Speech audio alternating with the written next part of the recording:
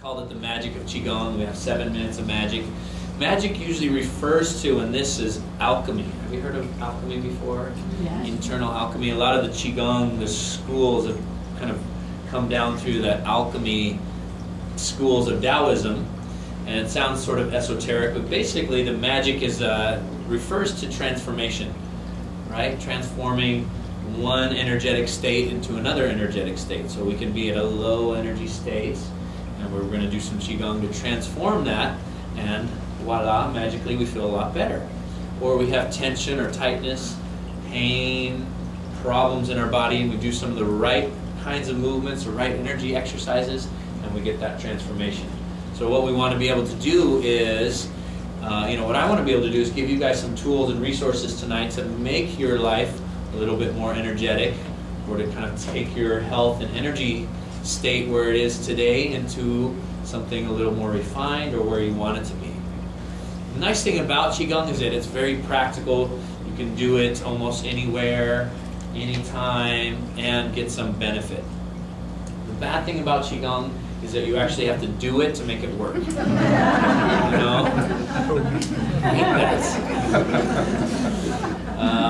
So that's the reason for our programs like 7 Minutes of Magic, because, I mean, come on, we all have 7 minutes. It kind of summarizes what Qigong's all about. It's about energizing our bodies, getting a lot of vitality and energy and health in our bodies, and then creating some relaxation, tranquility, and calmness through our emotional and through our minds. So this is how we kind of establish balance. And we're in a Western society, really what happens is that balance gets turned over, where our minds become overly energized, overly active, repetitive kind of thinking and blah, blah, blah, right, in the mind. I know nobody in here has that. You can tell. Everybody's very... But the mind and we get a lot of energy going up into the mind, and then our bodies become somewhat depleted. We have too much stress, and our energy becomes imbalanced. So we need some tools and resources to rebalance ourselves so that we stay in harmony. Everything in our bodies and our mind wants to be in balance and find sort of equanimity internally, and that's how we stay healthy. Makes sense, right? So stress has a way of creating an imbalance, that imbalance that we just talked about, where our emotions get overly turbulent and our minds get overly agitated and our bodies become depleted or unhealthy. So in Qigong we have a saying, they say, don't go to sleep if you're too tired. Sounds kind of funny, huh? Because you wake up tired, or you can't fall asleep, because if you're overly tired, your body doesn't have enough energy to sleep and rejuvenate. So that we have a little evening practice as a way to give you relaxing energy so that your body and your mind can actually do what it needs to while you're sleeping. Right? You ever wonder why you're breathing like you're running a marathon while you're sleeping? I think something's going on, right? So we need our right kind of practice for the right situations in our life so that we can, use our Qigong or our energy practice as a way to enhance our lives. A little bit about me. I started, I've been doing Qigong for about 20 years, give or take a few. I started in my early 50s. What? See what I said?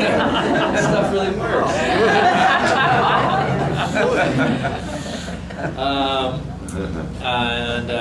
Let's see, I started in college actually. But before that, I actually had some energetic kind of experiences with my mom and dad. They were into self-hypnosis, and I think they took like a weekend course on hypnosis, and they're like, I know what we'll do, we'll try it on the kids. So they started doing some visualizations, guided imagery when I was about 10 or 11 years old. So I remember, counting myself down, taking some deep breaths, and doing that in the evening, and I just thought that was normal. So I'd go over to friends' houses and play, and then, if I had a sleepover, I'd say, oh, do you want me to put you in a trance?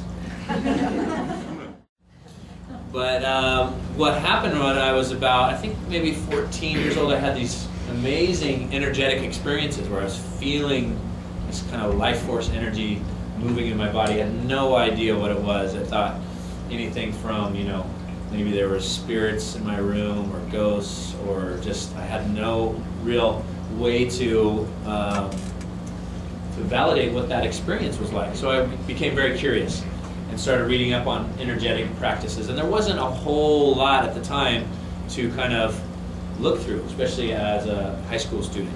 And it wasn't really until college that I found some really good material and some great teachers to explain exactly what was going on, or the energetic sciences that made a lot of sense. So college was a different experience. I went to UC Berkeley. Lots of interesting folks at UC Berkeley. You guys been to Berkeley? Yeah. A little bit like Santa Cruz. That's where I live now. Santa Cruz is like Berkeley at the beach or something.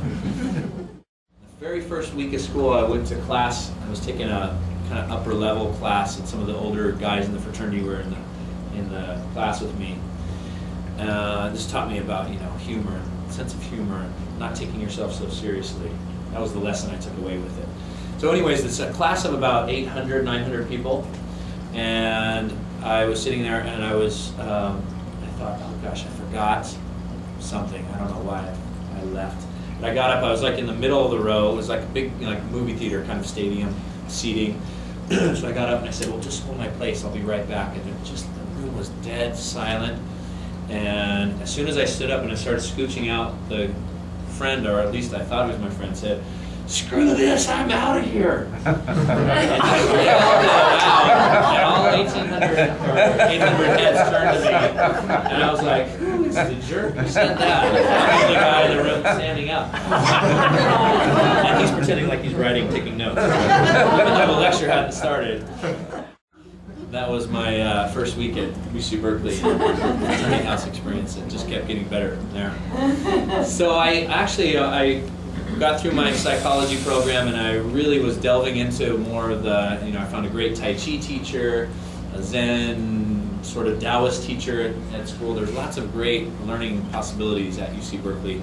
And also Mantak Chia, who's a very famous Taoist sort of master, and lots of different studies came through town, and I had the pleasure of studying with him, and became, you know, over the course of a few years, became one of his senior teachers and his ghostwriter at an early age. So I got to go to Thailand and Asia 3 or 4 times a year to write books for him and edit projects, and I'd always go and study with various other teachers while I was there, and it just was a fantastic learning opportunity. And one of the first times I went to Thailand, I think it was the first or second morning I was there, it was really different. I don't know if you've ever been to Southeast Asia or Thailand, but it's very warm. There's lots of different kinds of bugs, interesting bugs. It's kind of like, oh, is that friendly? Or lots of different sounds. So I woke up at 5 a.m. in the morning. He told me to, you know, we were going to start early before the classes started. And it was a long walk to his house.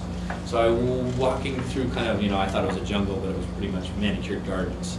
Lots of different sounds, and, you know, it's still dark out. And I get to his door, and I'm going, oh, okay, no lights are on, no nothing's going on. I'm thinking, did he say 5 p.m.? You know, I don't want to knock on the master's door at 5 a.m. and wake him up. So I was doing one of those kind of things, and I didn't know when he was standing right above me on a balcony, kind of watching me, and he just kind of shouted down, "You're thinking too much." And I was like, "Oh, come on in."